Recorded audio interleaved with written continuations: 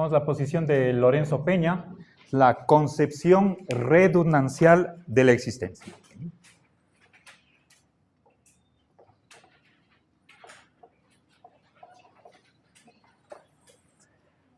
Ok, bien. Redundante significa algo así como repetitiva, que dice lo mismo, como por ejemplo, subir arriba, o lo vi con mis propios ojos. ¿Sí? Un manuscrito escrito con la propia mano. Todos esos son ejemplos de redundancia. ¿Sí? Entonces, apliquemos eso a la existencia. Cuando decimos que X existe, ¿qué estamos diciendo? ¿Sí? Digo, el teléfono existe, la pantalla existe. ¿Qué es eso? Ni más ni menos que X. La existencia de un ente es ese mismo ente. ¿Ok?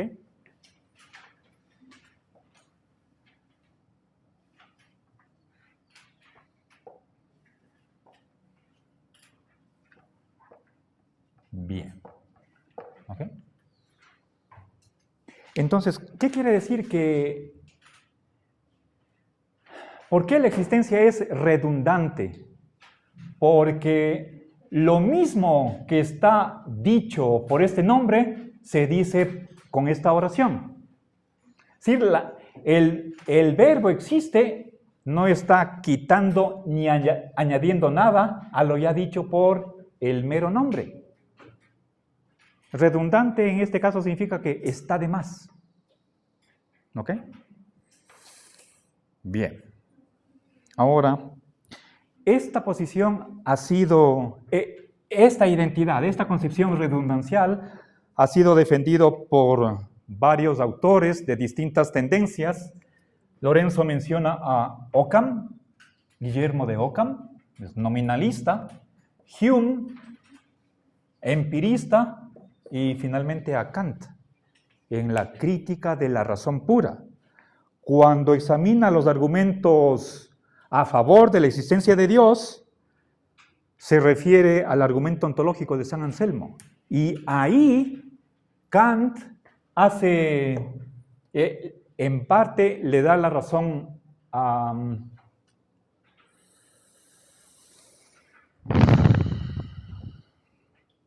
San Anselmo. Bueno, no quiero desviarme del tema. Lo cierto es que Kant hace suya esta concepción. ¿Sí? Poner al objeto es ponerlo con su existencia. Es lo mismo. ¿Sí? Ok.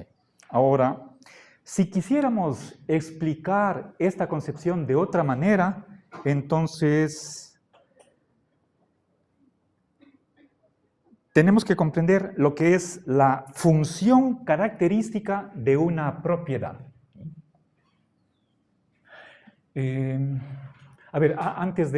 Función característica de una propiedad. ¿Sí? Quiero añadir una advertencia. No porque un nominalista, un empirista o un idealista tenga esta concepción, de ahí nos saquemos la conclusión de que Lorenzo simpatiza con una de estas tres corrientes. Lorenzo es antinominalista, es racionalista y realista. Pero sin embargo, en este punto coincide con esos tres filósofos, sin aceptar la tendencia general en la que cada uno de ellos está inscrito. ¿Okay? Bien, entonces, ahora explico qué es la función característica de una propiedad. ¿Sí? Pensemos, por ejemplo, en la propiedad de ser blanco. ¿Sí? Es blanco.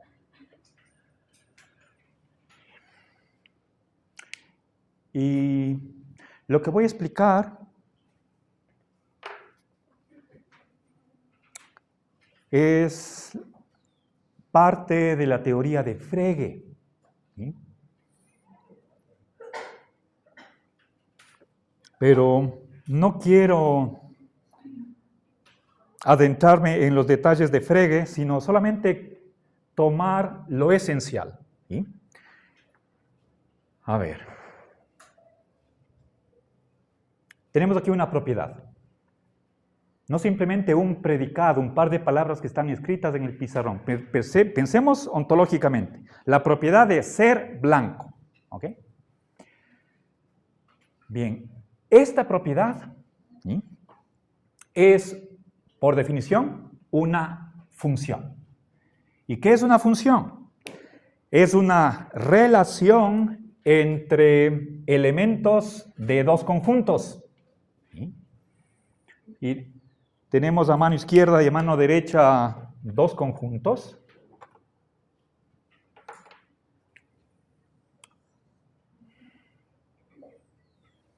¿Sí? Cada uno de ellos tiene elementos.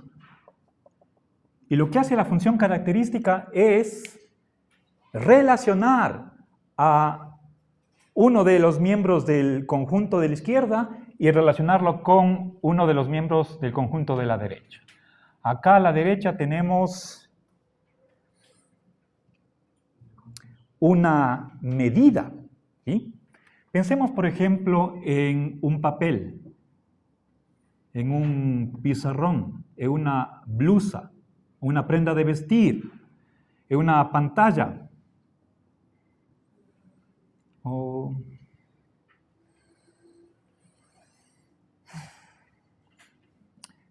¿Sí? A ver, por ejemplo, tenemos este pizarrón, tenemos la pared, fíjense este interruptor de la luz. ¿Okay? Las hojas de papel, del cuaderno. ¿Sí? Alguien puede tener medias blancas, etcétera, etcétera.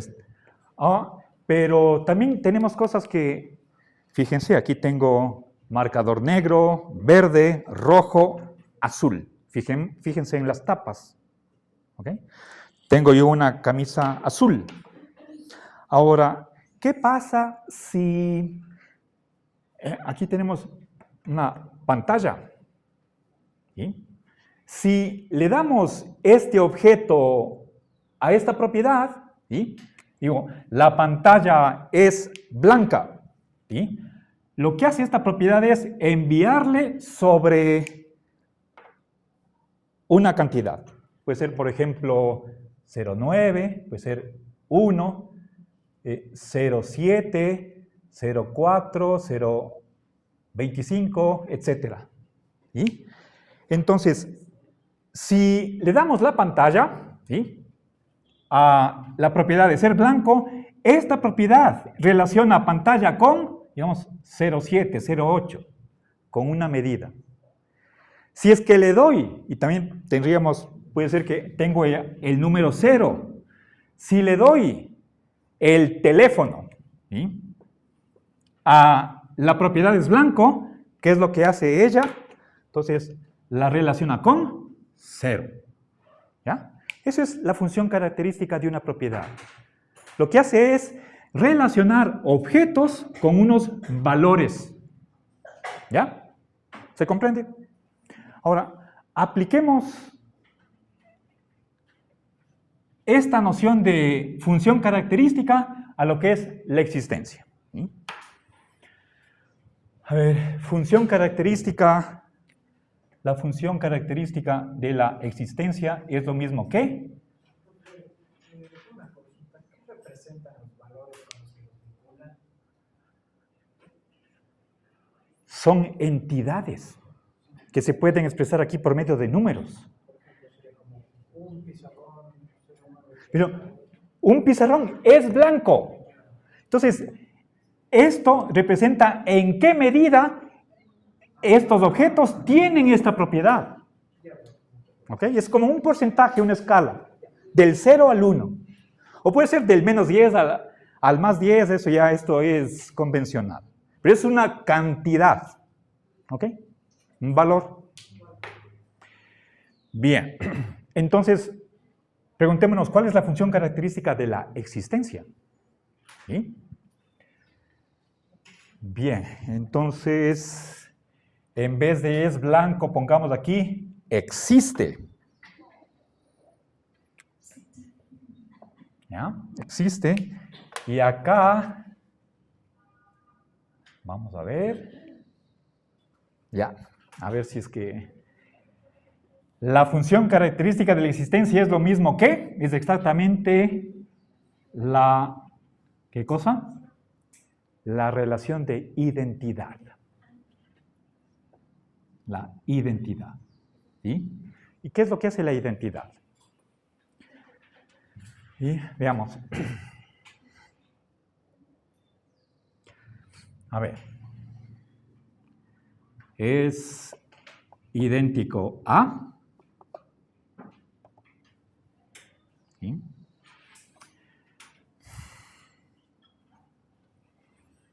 Aquí tengo, por ejemplo, la Cruz del Vado. Tengo Quito. Tengo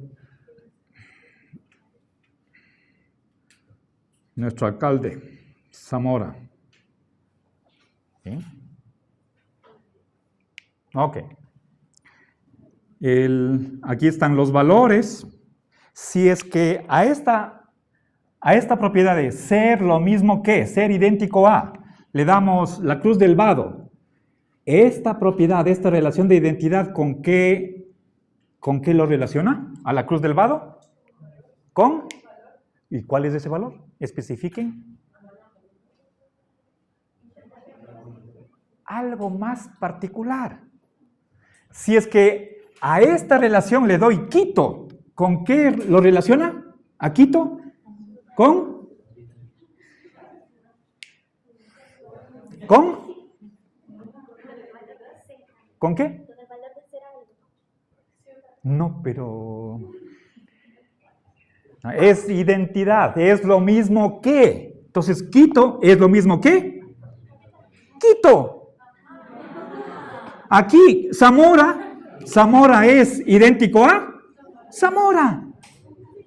Es lo que hace la identidad. Camila es Camila. William es William. ¿Sí? ¿Ok? Entonces, la Cruz del Vado es la Cruz del Vado. Entonces, la identidad relaciona a cada ente consigo mismo. Esa es la función característica de la identidad.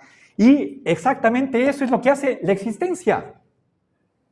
Entonces, si es que le damos a la existencia el río Tomebamba, ¿sí? El río Tomebamba existe. Con esta propiedad, ¿con qué relaciona al río Tomebamba?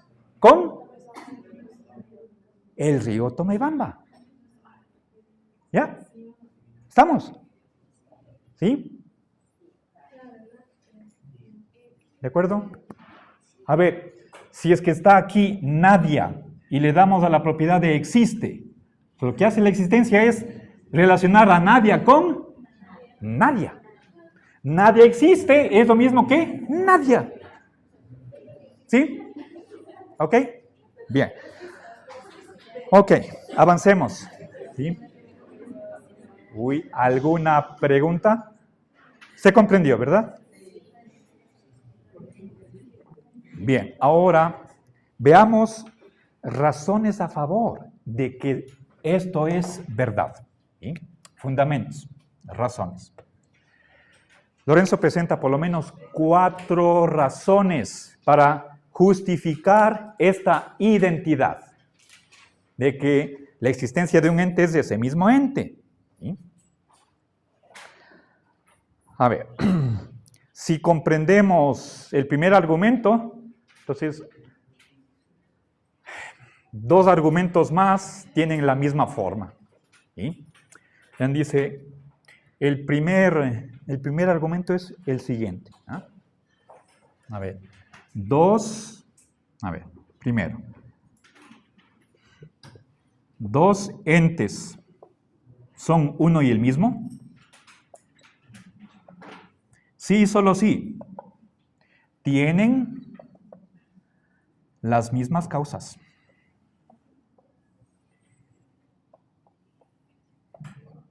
¿Ya?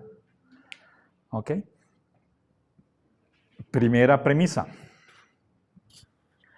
Ahora, explico esto. Verán. Esto de ser uno y el mismo, eso es la identidad. Dos entes son idénticos. Pero fíjense aquí, esta noción de identidad se llama identidad numérica, porque estoy aquí utilizando números. Y bueno, 2 y 1. Esa es identidad estricta. ¿Sí? Por favor, ese teléfono no puede estar ahí en la mesa. ¿Ok? Pongo aquí entre comillas esta primera palabra porque realmente no son dos, sino uno solo. ¿Sí? Es decir, por más que emplee esta palabra, la estoy usando en un sentido impropio, o si quieren, un sentido laxo. A la final vamos a decir que dos o entidades que supuestamente son dos, realmente en el fondo son una y la misma, con tal que se cumpla esto de acá, de tener las mismas causas. En la misma medida. ¿Sí? Por ejemplo, pensemos en un ser humano o en un mamífero superior. ¿Sí? ¿Cuáles son las causas? A ver, si es que decimos sus padres, eso no es del todo exacto, porque también esos padres pueden tener 2, 3, 5 hijos, 10. Entonces, la causa en el caso de un ser humano, no es simplemente sus padres, sino más específicamente un óvulo y un espermatozoide. Eso no tienen, ese espermatozoide y ese óvulo no es el mismo que para los demás hermanos. Esas son las causas propias, ¿ok? Bien, ahora, ¿se comprende? Ahora, ¿cuáles son estas dos entidades a las que quiero aplicar esta primera premisa? ¿Sí? Un ente y su existencia tienen las mismas causas. Por lo tanto, conclusión. ¿Sí? Por lo tanto, un ente y su existencia son una y la misma cosa.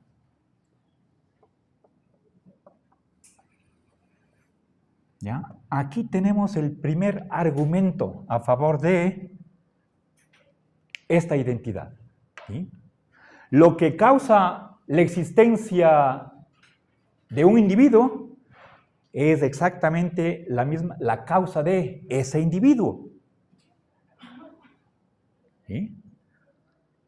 Cualquier cosa que cause a un ente está causando la existencia de ese ente. Y por esta primera premisa, entonces, hay ahí identidad entre todo aquello que comparten las mismas causas. ¿Sí? ¿Qué más? Segundo argumento. Dos entes son uno y el mismo si tienen los mismos efectos. Es decir, producen los mismos resultados y en la misma medida. ¿Sí?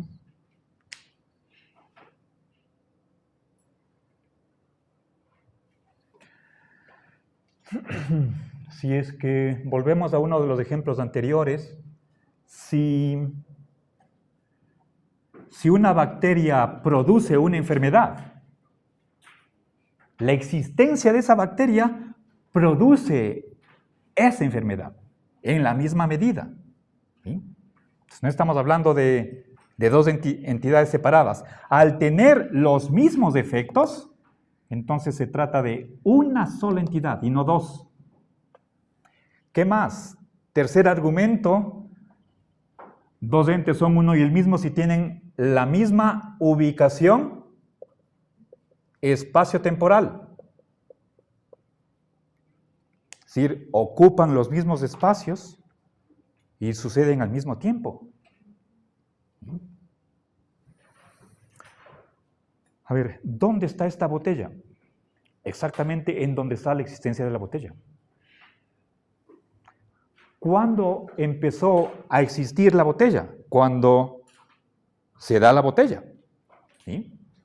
No puede ser que la botella tenga un espacio y la existencia de la botella otro. Es lo mismo. ¿Sí?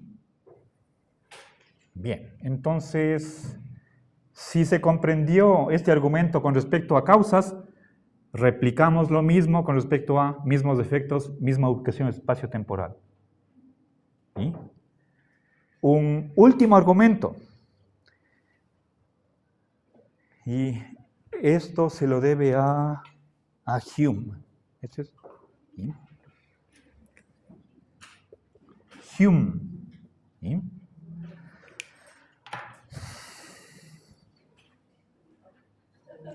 Pensar el ente es lo mismo que pensar que existe.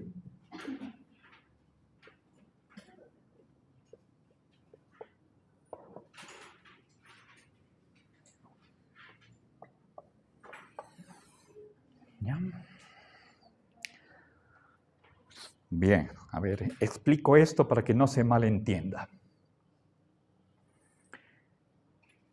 Fíjense, estoy, por un lado, hablando de pensar algo, y por otra parte, en pensar en la existencia de ese algo. ¿Sí? A mano izquierda, este pensar se aplica a una entidad. ¿Ok? A mano derecha, el pensar recae sobre esa entidad, pero existente. ¿Ok? Ahora, ¿qué quiere decir esto? Si es que yo pienso en algo, ese algo tiene que existir. ¿Ok? En realidad, podemos retrotraernos a Parménides como uno de los predecesores de esta tesis. Porque, caso contrario, ¿qué pasaría si es que pensáramos en algo que no existe en absoluto? Si no se da de ninguna manera, en ninguna medida, ese ente, esto es imposible. ¿Recuerdan en una lección de filosofía para niños, ¿podemos pensar la nada?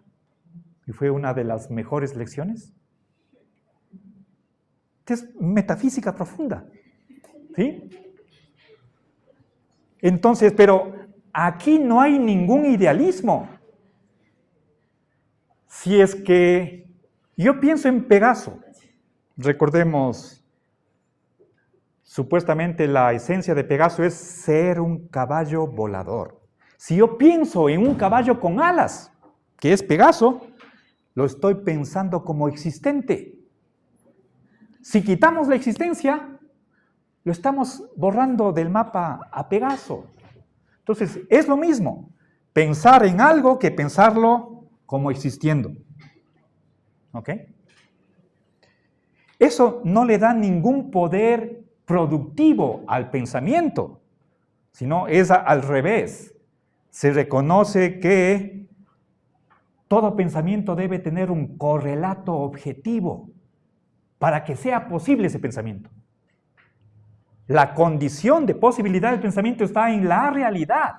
Si existe el objeto, puedo pensarlo.